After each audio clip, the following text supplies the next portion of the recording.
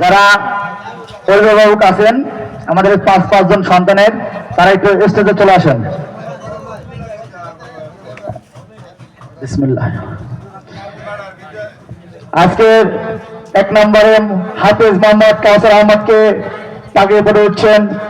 আজকের আকর্ষণ, আজকের মেহমান জনাব হযরত মাওলানা মুফতি মামুন বিন সাইদ সাহেব।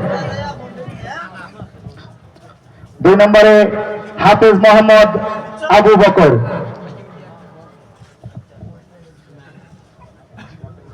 2 নম্বরে হাফেজ মোহাম্মদ আবু বকর, পিতা নজরুল ইসলাম, স্থায়ী ঠিকানা ফকরাবাদ, ঝিনাইগাতি, শেরপুর।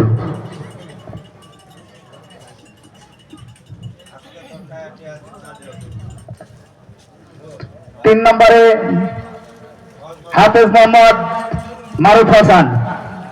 হাফেজ মোহাম্মদ মারুফ হাসান, পিতা মৃত শহীদুল ইসলাম, স্থায়ী ঠিকানা হরিণী, দুর্গাপুর, চাঁদপুর।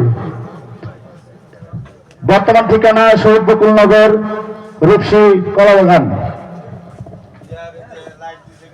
4 নম্বরে মোহাম্মদ সামিউল হাসনাত বাঁধন।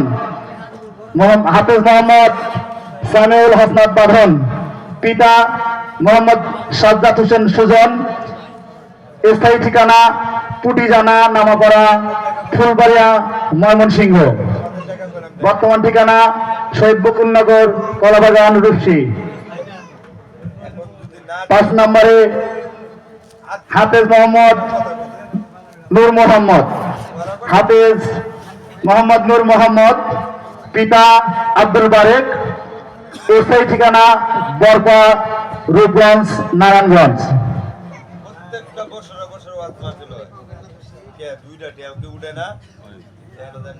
অসংখ্য ধন্যবাদ এবং শুকরিয়া।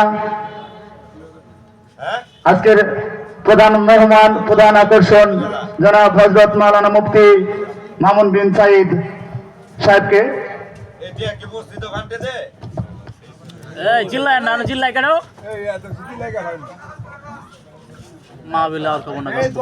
হাফেজ সাহেব আপনারা সামনে আসেন, অভিভাবকরা পিছনে দাঁড়ান। অভিভাবকরা পিছনে দাঁড়ান, হাফেজ সাহেবরা সামনে আসেন। 5 জন।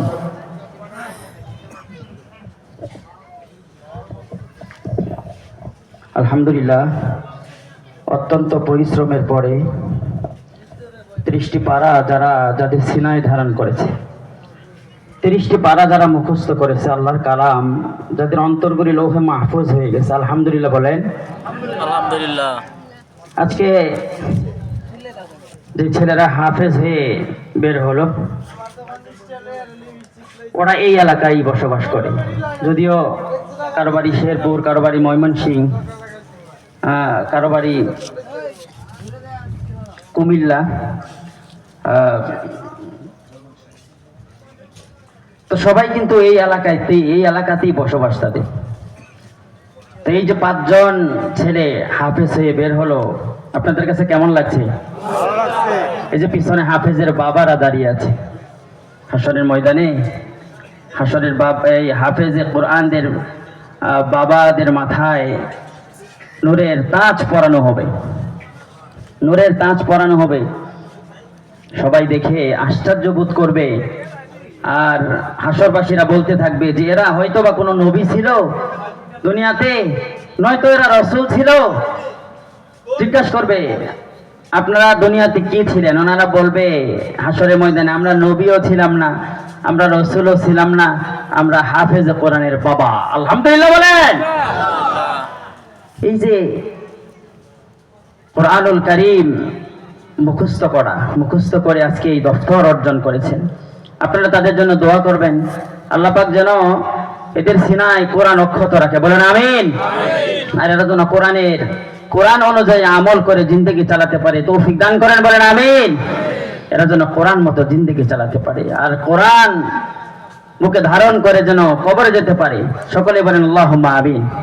সবার মন চায় না যে আমার সন্তানও হাফেজ হোক, আমিও হাফেজের বাবা হই? সবার মন চাই কিনা বলেন? আল্লাহ পাক যেন সবার যার ঘরে সন্তান রয়েছে, আল্লাহ পাক যেন সবাইকে হাফেজের বাবা হিসাবে কবুল করেন, বলেন আমিন। এদের জন্য দোয়া করবেন। আল্লাহ পাক অভিভাবকদেরকে